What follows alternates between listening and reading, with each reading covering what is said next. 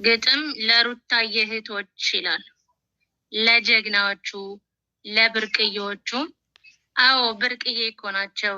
ለእህታቸው ሟች ደክመን የማይሉ ደግሞ አይሰለቻቸው የሰዎች ደስታ የሚያስደስታቸው እጅጉን ተውበው ቆርጠው ተነስተዋል። ለሩታዬ ሀብቴ አለንሽ ብለዋል። ስሙኝ እህቶች፣ ስማችሁን አልዘረዝራችሁ በጣም ደስ ይለኛል ዘልቄ ሳያችሁ። እናንተም አታቁኝ እኔ የማውቃችሁ ደግሞ ጀግና ናችሁ። ጠላት ያልጣላችሁ አደራ እህቶቼ የሩታዬን ነገር